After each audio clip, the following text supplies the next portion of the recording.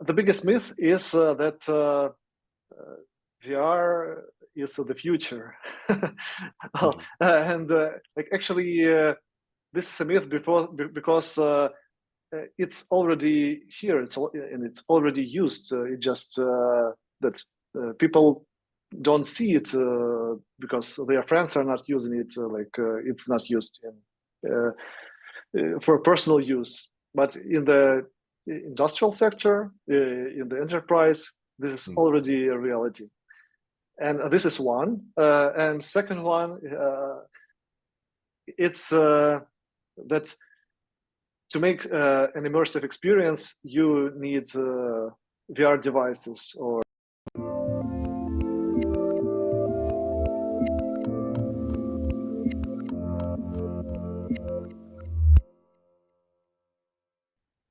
Hey everyone, this is Devin Miller here with another episode of The Inventive Expert. I'm your host, Devin Miller, the serial entrepreneur that's grown several startups into 7- and 8-figure businesses, as well as the founder and CEO of Miller IP Law, where he helps startups and small businesses with their patents and trademarks. If you ever need help with yours, just go to strategymeeting.com, grab some time with us to chat, and we're always here to help.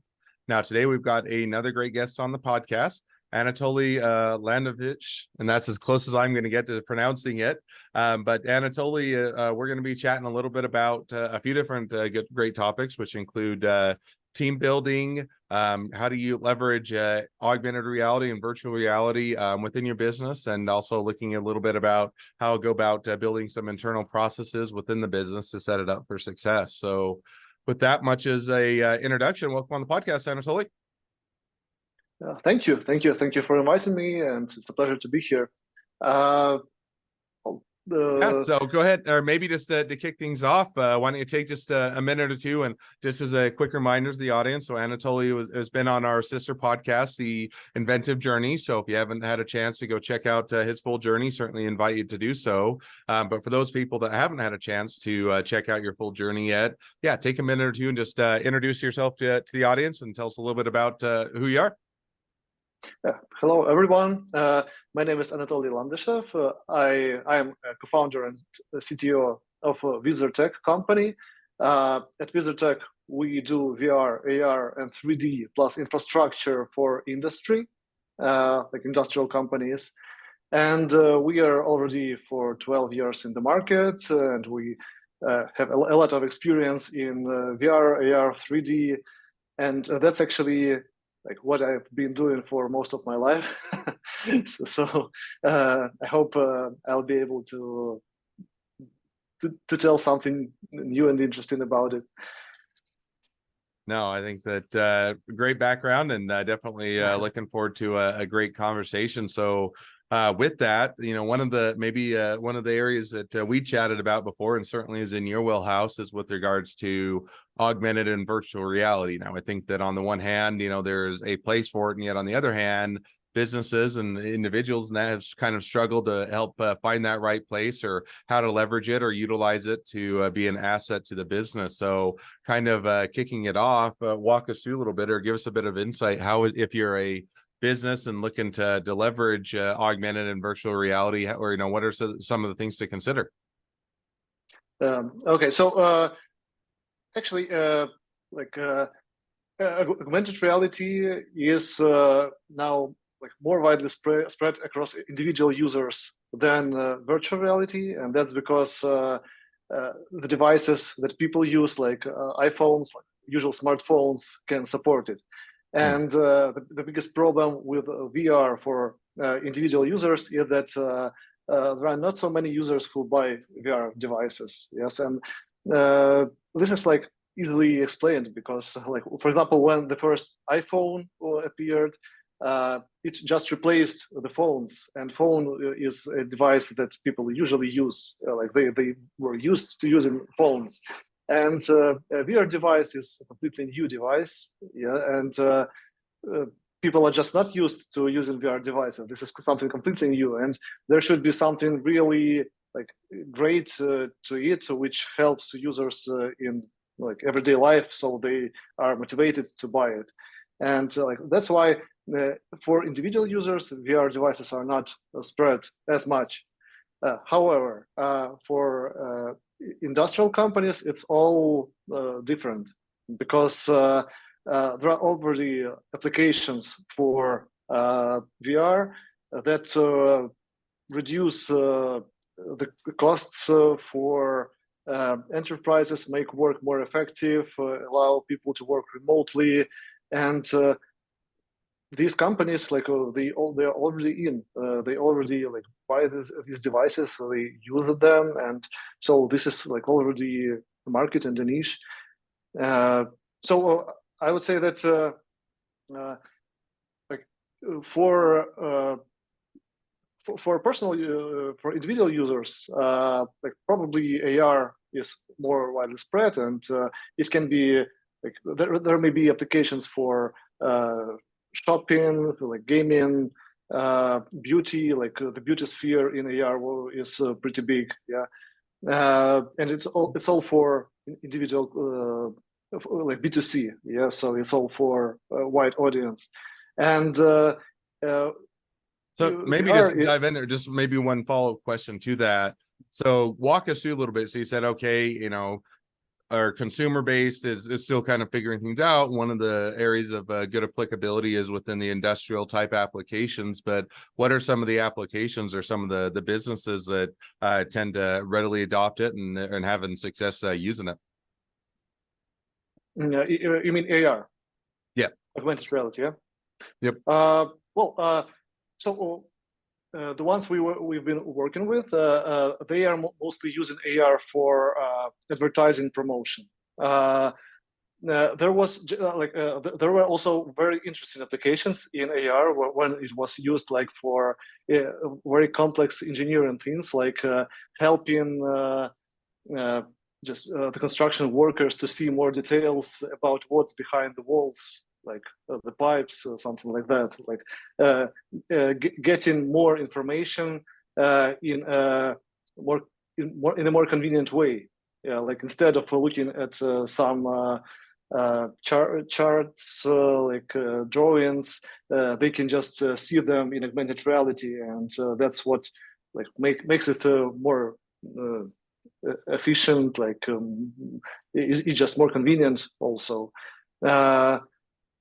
This is the industrial use, and mostly we are seeing AR specifically in advertising when it helps customers to see the product, to feel it in real size, real dimensions.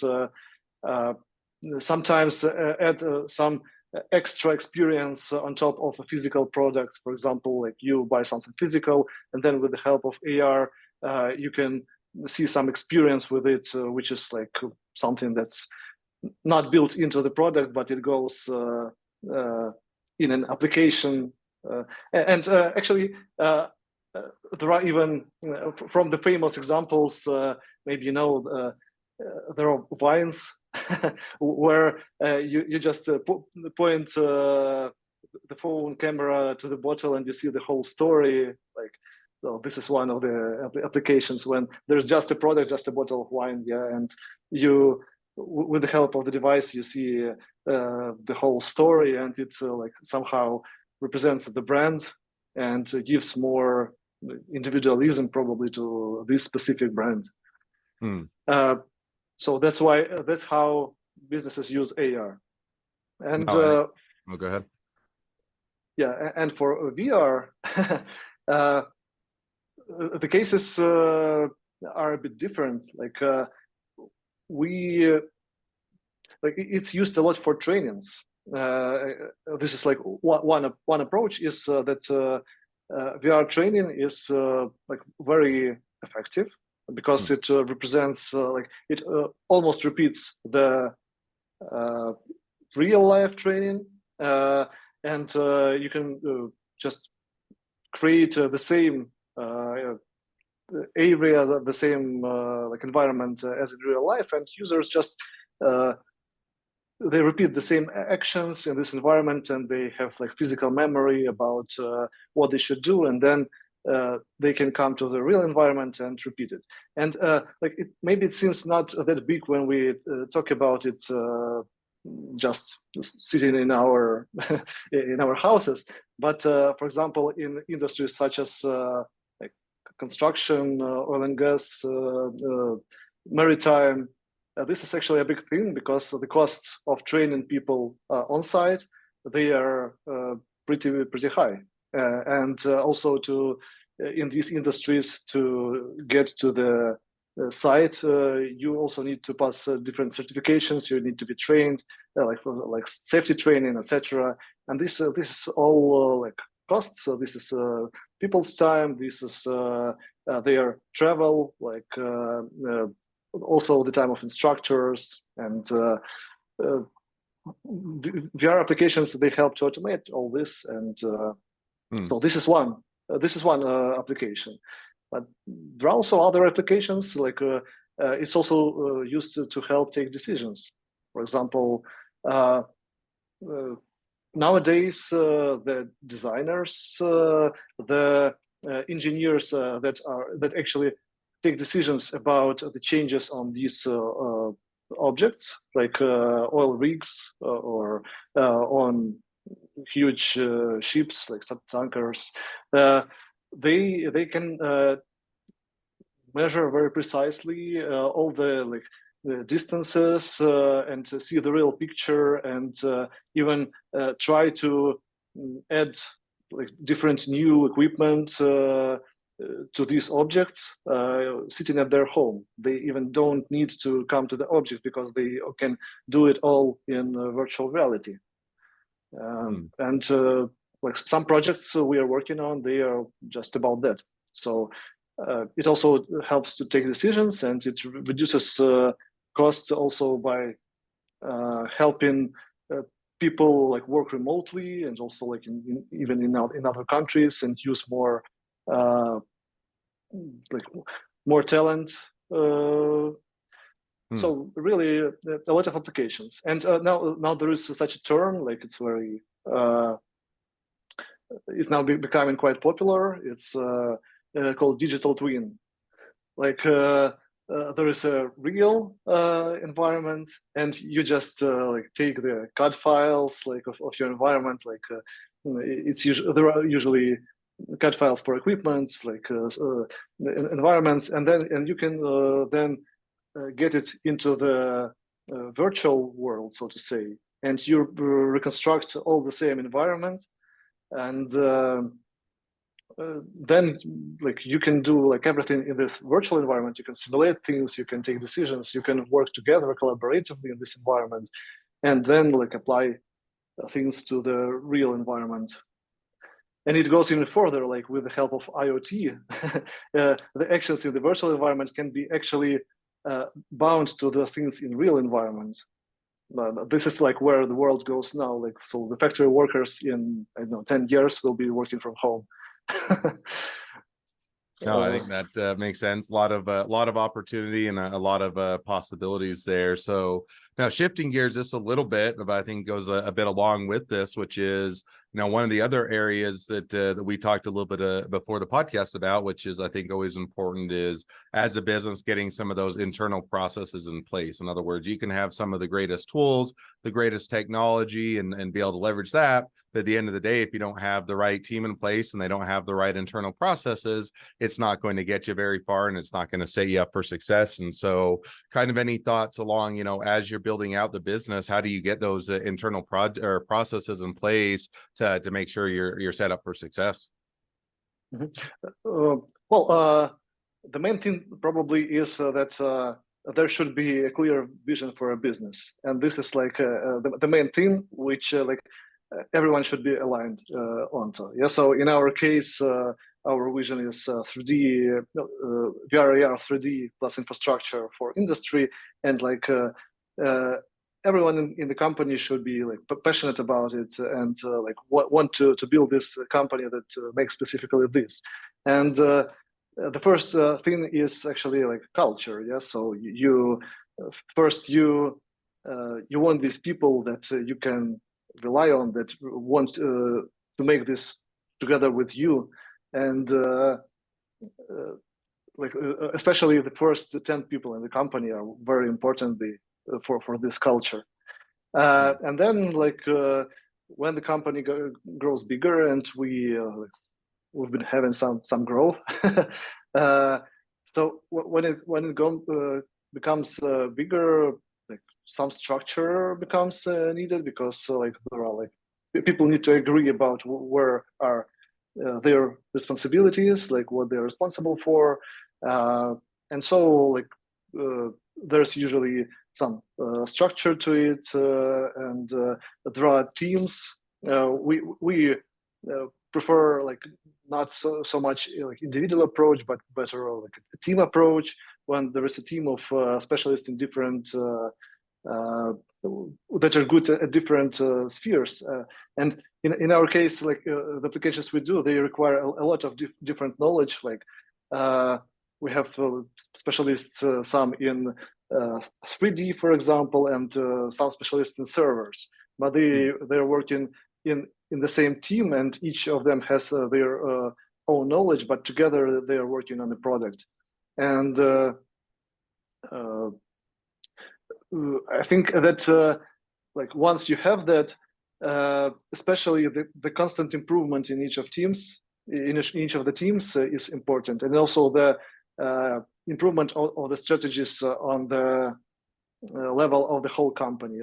There are some things that are some decisions that are taken on the team level, and when there is a really good decision that worked in one of the teams, for example, sometimes you want to consider it for the whole company level, and then you gather with the representatives from different teams, and you discuss it, and you integrate these decisions into the whole company.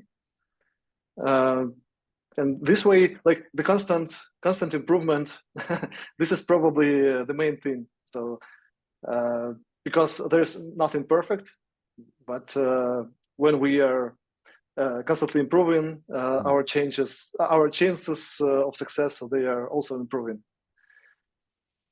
No, I think that that makes sense. And now building on top of that, so now one of the things that goes along with that is kind of getting the right team members on board and getting that right team set up. So kind of as you're going through that, and how do you identify what are those right team members or the team to build in place that allow you to get those processes in place for them to buy into the vision and the direction of the company? Any additional thoughts on that? How to select the right people? That's the question, yeah. The main thing probably is getting things done. We usually not so many. We're not looking at experience that much. We often the people that work in our company, they are even doing something for the first time, but they have a really strong record of things they did successfully before. And we're looking for that attitude of people who complete things, who make them done, and for people who had challenges in their life and who've overcame those challenges. Also, leadership is important, but maybe not every person is equally nice leader, but we are also looking at these skills.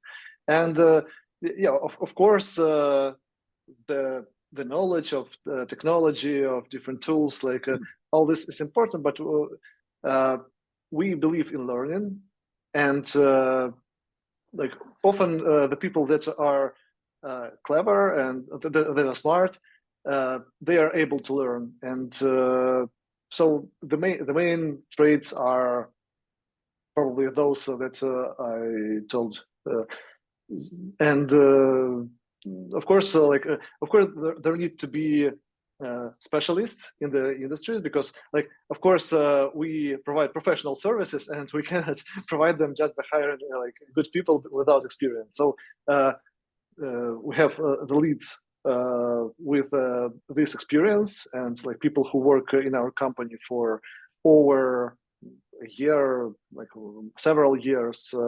They of course also have this experience in our company, But when hiring, we are usually looking more for the culture, for the past, for the for this understanding that the person behaved the right way in the past. But we're looking for it even more than for a specific experience, because like even probably because our niche, the company now operates in, it's not that widely spread, and some things we do, like not so many. There are not so many people that had experience of doing something similar, like doing this VR, AR, 3D for infrastructure. Sometimes people come from game development. Some people that like work on backends, front ends, servers, they come just from like other niches. Some even from healthcare, like they were doing like healthcare software before that, or some other kinds of software.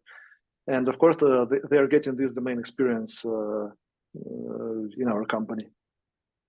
Awesome. No, I think that's definitely some great insight and some great takeaways. So now, as we are reaching towards the end of the podcast, I always like to wrap up with one question. So we'll jump to that now. So that question is within your industry, what is the biggest myth and why is it wrong? Well, probably the biggest myth is that VR is the future. And like actually, this is a myth because it's already here. It's already used. It just that people don't see it because their friends are not using it. It's not used for personal use. But in the industrial sector, in the enterprise, this is already a reality. And this is one. And second one, it's that to make an immersive experience, you need VR devices, or like you need AR. Like nowadays, it's possible also to make it just in 3D, and there are a lot of experiences that are like cross-platform, and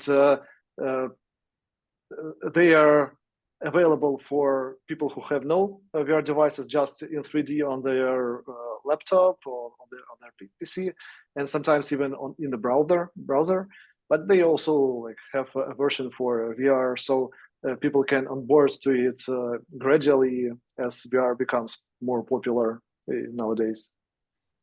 No, awesome. That's a great myth to dispel, and I think that people when they hear augmented and virtual reality, and especially AR, they either have one of two conceptions: either, hey, why would I ever use that? That's a waste of time, and it's not going to be any good, or they think about all the cool things that you could do with it, but not really the practical applications. But I like your takeaway that I think there are some real world and practical applications that you can leverage with in different industries that can make it beneficial to keep ahead of the curve, and they give you some advantages within your business. So I think that's a great myth to dispel and a great takeaway. Well, oh, go ahead. Just and the last thing, like we were all waiting for Apple Vision Pro to get to the release, and yeah, well, I believe that if it's at least 50% at the level they promoted, this will be a huge step forward in this dimension. Absolutely, I couldn't agree more. Well, now as we are wrapping up the episode, if people want to reach out to you, they want to be a customer, they want to be a client, they want to be an employee, they want to be an investor, they want to be your next best friend, any or all of the above, what's the best way to reach out to you, contact you, find out more? You can go to the website wizardtech.com, and we have a contact form there, have an email, so just write us. Also, you can find me on the LinkedIn, Anatolii Landyshev. So that's the best way. Awesome. Well, I definitely encourage people to reach out, support a great business, and if nothing else, make a new best friend. So With that, thank you again for coming on the podcast. It's been fun. It's been a pleasure. Now, for all of you listeners that are out there, if you can help us to share this expertise with even more startups and small businesses, just go and click subscribe, leave us a review, and click share. Helps us to make or help even more businesses along their journey to success. And on that note, if you ever need help with along your journey with patents or trademarks or anything else, feel free to go to strategymeeting.com, grab some time with us to chat. We are always here to help. Well, thank you again, Anatolii, for coming on the podcast, and wish the next leg of your journey even better than the last. Thank you, Dan.